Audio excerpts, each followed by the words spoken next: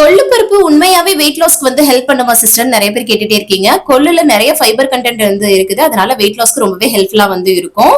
நம்ம நார்மலா ஹெல்தியான ஃபுட்ஸ் எடுத்துக்கும் போது இந்த கொள்ளு பயிரும் சேர்த்துக்கும் போது கண்டிப்பா வந்து வெயிட் லாஸ் வந்து பண்ண முடியும்.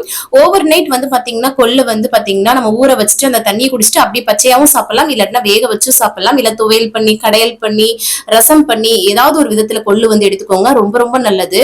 அதுக்கப்புறமா சியா சீட் வந்து நைட் ஊற வச்சு வச்சிருந்தேன், அதை காலையில வந்து பாத்தீங்கன்னா வார்ம் வாட்டர்ல கலந்து குடிக்கும் போது வெயிட் லாஸ்க்கு ரொம்ப ஹெல்ப்ஃபுல்லா இருக்கும். இதுல கொஞ்சம் லெமன் ஜூஸ் கூட ஆட் பண்ணிக்கலாம்.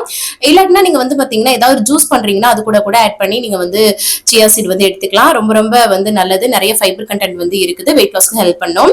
அதுக்கப்புறம் அவல் வச்சு ஒரு ரெசிபி வந்து ஷேர் பண்றேன். ஒரு 3 ஸ்பூன் அளவுக்கு அவல் எடுத்துட்டு லைட்டா வாஷ் பண்ணிட்டு அப்படியே வந்து தண்ணியை வந்து ஃபில்டர் பண்ணிட்டு வச்சுட்டோம்னா வச்சுக்கோங்க, ஒரு 2 நிமிஷத்துல அது மாதிரி பொழு பொழுன்னு வந்து வந்துரும். அதுக்கப்புறம் முட்டை சாதத்துக்கு பண்ற மாதிரி நம்ம வந்து பண்ணிட்டு அவலை போட்டு மிக்ஸ் பண்ணா சூப்பரான முட்டை அவல் வந்து ரெடி ஆயிடும். ட்ரை பண்ணி பாருங்க.